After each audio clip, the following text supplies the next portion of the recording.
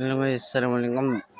তো combination Bangladesh top 1 top 21 থেকে কীভাবে টপ 16 ভিতর ঢুকে গেল, তো তোমাদের জন্য বেস্ট অফ লাক।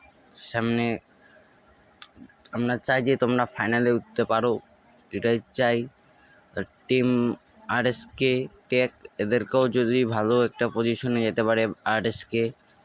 জেবির ডাউনফল চলতেছে, তোমরা যারা জেবি বা বাংলাদেশ টপ 1 ফ্যান আছো আরএসকের, যেটা ফ্যান আছো সেটা কমেন্টে লিখে দাও। জেবি হলে জেবি লেখো, আরএসকে হলে আরএসকে লেখো, বাংলাদেশ টপ 1 হলে টপ 1 লিখে দাও।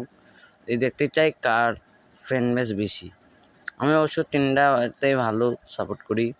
তোমরা কে কোনটা টিম করো অবশ্যই কমেন্টে জানাতে ভুলবা না। তো Bangladesh top 1 best of luck. চাই তোমরা ফাইনালে উঠতে পারো, সেমিফাইনাল থেকে তোমাদের সাথে তোমরা যদি বাইরের দেশেও যেতে পারো, এটাও চাই। ভালো শুভ, ভালো মতন খেলো তুমি। ফাইনালি জয় বাংলা করতে করতে সেমিফাইনালে উঠে গেছে। মোটামুটি অনেক হটার্স ভাইরা, অনেক সাপোর্টার ভাইরা চিন্তাই করে নিয়েছিল আমাদের বাংলাদেশ টপ 1 টিম বাদ পড়ে গেছে। আমাদের ভালোবাসার ভাই লোকের মধ্যে অনেকেই চিন্তা করতেছিল হয়তো বাদ পড়ে যাবে, কেননা বিগত এক বছরের ইতিহাসে এরকম অবস্থা থেকে আমরা কামব্যাক কখনোই দিতে পারি নাই। আমরা বরঞ্চ ধরো কোনো টুর্নামেন্টের সেমিফাইনালে ধরে নাও যে আমরা আছি 12 নাম্বার বা 13 নাম্বারে, আমাদের কিছু পয়েন্ট লাগলে আমরা টপ 12 ঢুকে দেবো, ওইখান থেকে উল্টা আমরা 15-16 নাম্বার চলে গেছি। এরকম অনেক হয়েছে এই বছর।